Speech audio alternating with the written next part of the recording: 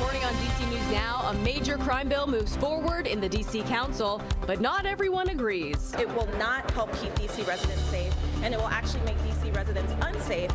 And an art exhibit honors young victims of gun violence. I don't want people to label our kids as another number. They're not numbers. A lot of us are sick and tired of the violence because it has affected us. The sunshine's sticking around today, and it's not going anywhere. The next time you could expect to see some rain. Plus, the new leader faces long-standing problems in Montgomery County schools. I know that there's much work to be done. An introduction to the district's interim superintendent. And the Super Bowl takes over Sin City. We're live from Las Vegas looking ahead to the big game.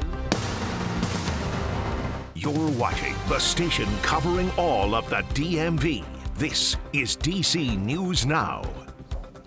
All right, good morning. It is 7 o'clock on a Wednesday morning. Starting off with a live look outside. You can see the sun is coming up. It's going to be a cool start to our morning, but Jackie will have all the details on that coming up in just a second. But we do want to say thanks for waking up with us on a Wednesday again. I'm Tanaya Wright. Yeah, good morning to you. I'm Corey James. Shanika, she's tracking the commute there for you. We're going to check in with her in just a second. Jackie, she's tracking the forecast, and things this morning start off pretty cold. Yeah, cold out there, but at least we're tracking the clear skies, and those clear skies will persist through the day today, allowing those temperatures to warm up. But here's a view of those current temperatures. We are seeing quite a few areas into those upper teens. We're seeing that right now in Martinsburg, Woodstock, Luray, Manassas. Those are the coldest spots on the map right now. We are 30 though in Leesburg, into those mid-20s. Hagerstown and Frederick just below the freezing mark though currently in the district. We have high pressure off towards our north. We're tracking those clear skies over the DMV, and that'll continue through the day. Mainly clear, bright and mild with highs right around 50. A little bit warmer tomorrow, low to mid 50s out there for your Thursday. Still tracking the sunshine and dry conditions. Friday, a bit more of the cloud cover. And we do have some shower chances for this upcoming weekend. However, we are tracking a warming trend. More details on that coming up in just a few minutes, but Shanika is back with the all-important look at those roadways. What are you tracking out there this morning, Shanika? All right, good morning. Unfortunately, we just got reports in of a pedestrian crash, and that is right in Bethesda, Bradley Boulevard at Arlington Boulevard. So do expect some delays in that area. I do know there is some crews responding to that one incident. Here's 95 heading southbound. This is right near Cherry Hill Road. So past this point on the outer loop, you're dealing with a multi-vehicle crash causing major delays, as you can see. So do beware of this. All right, Shanika, thank you. DC police are investigating a deadly shooting outside a daycare in Southeast. It happened last night. Officials say a man was found dead inside a car near Pennsylvania Avenue and 33rd Street. No word at this time on any possible suspects. And new this morning, we're getting a look at a suspect DC police say robbed a Capital One bank just blocks away from the White House yesterday morning. The armed robbery happened on K Street in Northwest. Police say the suspect was wearing a construction worker's uniform when they approached a teller and demanded money. Authorities are offering a $5,000 reward for their arrest. And DC Council voted unanimously in favor of the Secure DC legislation. This is the council's response to increasing crime in DC. That is right. Yesterday, the council had the first vote on the major crime package. Our Tosin Fakile is live at the Wilson building with how the vote went. And Tosin, there was actually some pushback and talks of amendments to the legislation. Yeah, Tanaya, that's right. They're trying to put people's minds at ease, but council gave the green light to that bill that looks to find solution and answers to the rising violent crime in D.C. But the council's yes didn't come without opposition, as they heard from those who live right here in the district. Tuesday was the first vote on the legislative package that combines provisions from Council Member Brooke Pinto's Secure DC plan, as well as several provisions, including some from Mayor Muriel Bowser's Safer, Stronger bills. The Secure DC Omnibus legislative package will do several things, including harsher penalties for gun-related crimes and shoplifting, expanding the definition of carjacking to improve how it's prosecuted, and reinstate MPD's ability to declare drug-free zones in crime hotspots. Now, it was a packed chamber for the vote on Tuesday, and many that were there voiced their opposition to the bill they believe leans heavy on consequences for crimes. Whether it be consequences for speeding or for retail theft, there's a perception that there are no consequences unless you fatally harm someone. So I think passing something doesn't mean pass anything, right? I think what DC residents have been talking about wanting, what they need, what they deserve, is a comprehensive public safety system. There were talks of amendments from some council members to the controversial bill. One amendment was from council member Janice Lewis George. She says Secure DC leans heavily on punishment, and that won't be enough. Now, Councilmember George put forward an amendment that would accelerate expungement and sealing records in D.C. And she said doing that will accelerate the process. She said doing that will allow for those who returning citizens to better find jobs and housing. On a social media post, she says that amendment passed 10-3. Of course, more amendments are expected on this bill. And as for when the next vote on this will be, we're expecting that to come in the next few weeks. Coming up in the next half hour, you'll hear from the council member Brooke Pinto, who put forward this bill, and what her words were to tell people about what went into the bill and how to put people's minds at ease. For now, we're live at the Wilson Building. I'm Tosin Fakile. Back to you.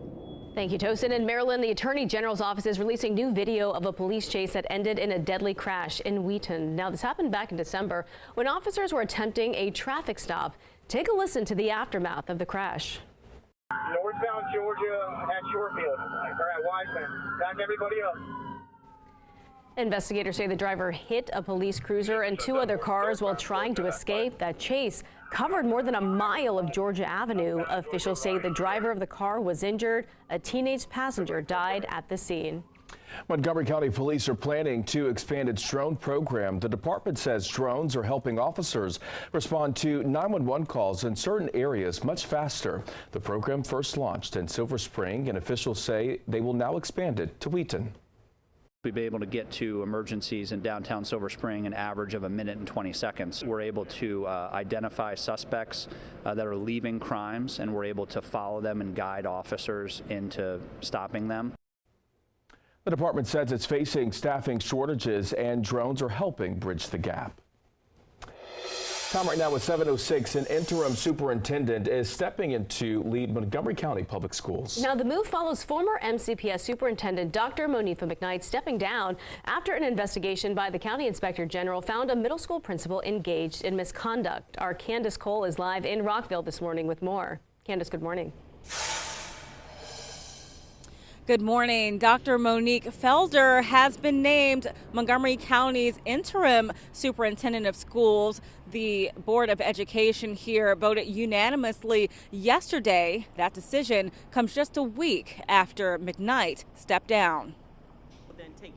McKnight was asked to step down as superintendent from the board after a report from the Inspector General's office revealed that MCPS employee Joel Beitelman engaged in misconduct while he was the principal of Farquhar Middle School. Flaws were also found in how the school district handles allegations of misconduct against other MCPS employees. Felder, who began her career at MCPS, brings 32 years of experience to the role and previously served as superintendent of Orange County Public Schools in North Carolina. During Tuesday's Board of Education meeting, Felder said her first order of business is to implement recommendations from the Inspector General's office on best practices moving forward. Board of Education President Carla Sylvester said some of those recommendations are already underway. The board plans to update the IG's office every 90 days on its progress and bring in experts to increase oversight of the school board. During a press conference yesterday, Felder acknowledged the work ahead to fix MCPS. It's very important that we reset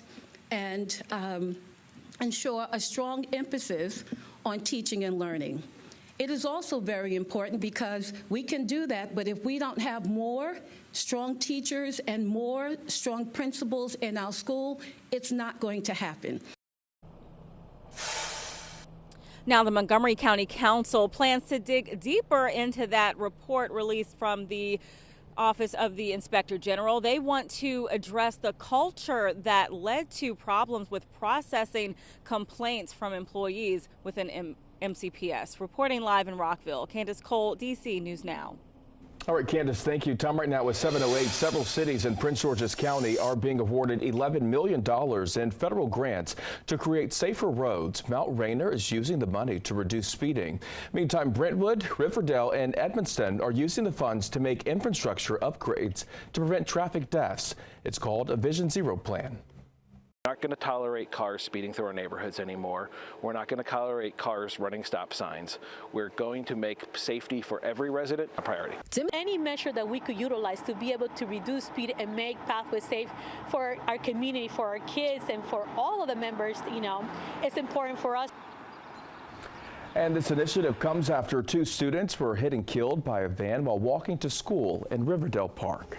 And Prince William County police are urging people to remain calm during road rage incidents. This comes after an incident over the weekend in Manassas led to a driver pulling out a gun and firing it after 2 drivers had a verbal altercation. They're driving off the roadways, or if they're driving, getting too close to other vehicles, then we encourage people to call the police or the pound 77 number as well.